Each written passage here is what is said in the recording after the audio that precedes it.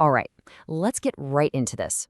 We're talking about a massive, continent-spanning trade deal, some seriously powerful political interests, and a 45 billion euro concession that might, just might, break a deadlock that's lasted for decades. This is a huge story, and it's all happening right now. To really get what's at stake here, you have to start with this number. 25 years. Yep, a quarter of a century.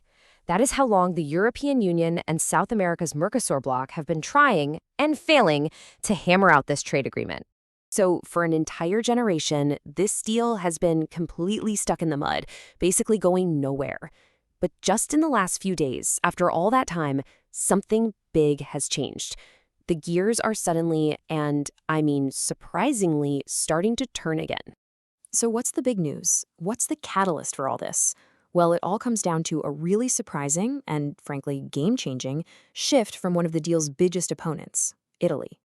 And there you have it, straight from the source. On January 7th, Italy's agriculture minister put this out there, signaling a huge potential pivot. You know, this is a massive win for the folks who want this deal, especially European Commission President Ursula von der Leyen. She has been pushing so hard to get this thing across the finish line. Okay, so a major political domino just tipped over.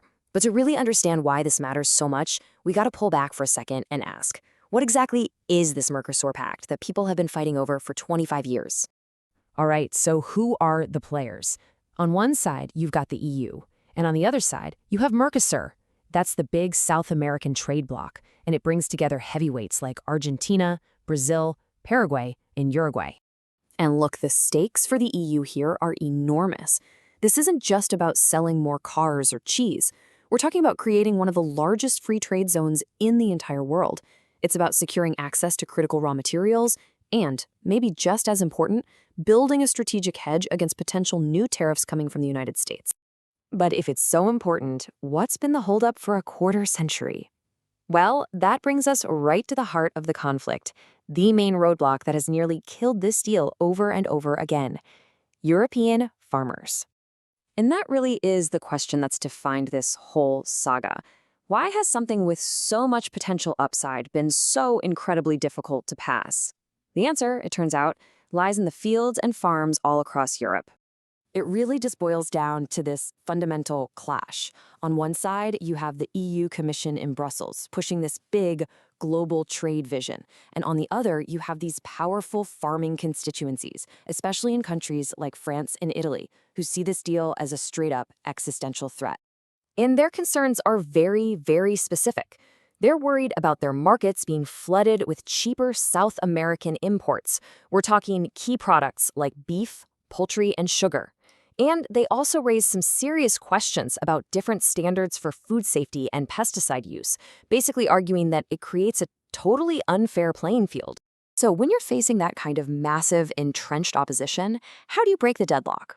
Well, to get Italy to even reconsider, the European Commission came to the table with a very, very big number. This, right here, is the price of compromise. 45 billion euros. That is the number that seems to have completely changed the game, at least for Italy. It's a staggering amount of money, and it's designed to soothe those exact fears we were just talking about. So, how does this money actually work? Well, it's not new cash. It's actually a pretty clever financial maneuver.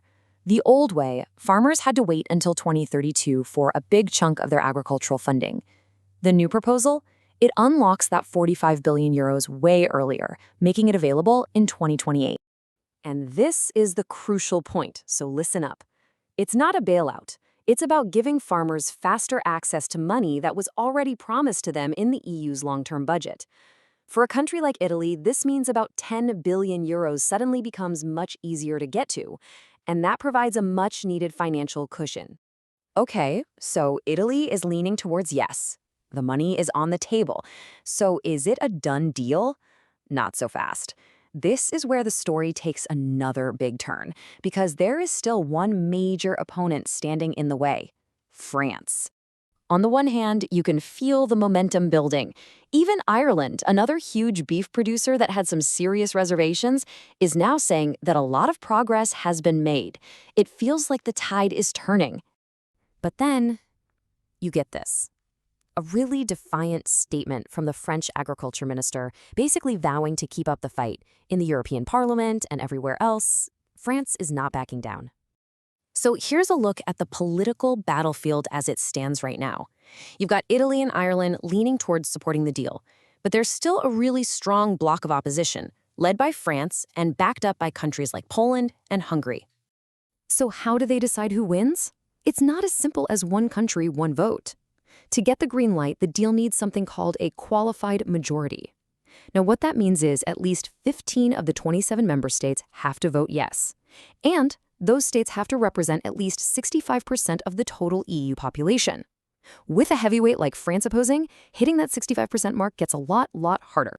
The clock is ticking, and the next few days are absolutely critical. There's a key meeting of ambassadors on January 9th. If that goes well, von der Leyen could be on a plane to Paraguay just days later to finally sign the deal. But even then, it's still not over. It would then have to be ratified by the European Parliament, where opposition has also been building up. Which brings us to the final multi-billion euro question. You've got a negotiation that's lasted a generation. You have a massive financial offer on the table to break the stalemate. But in the end, will the steadfast opposition of one powerful country be enough to scuttle the entire thing right at the finish line? Well, the world is about to find out.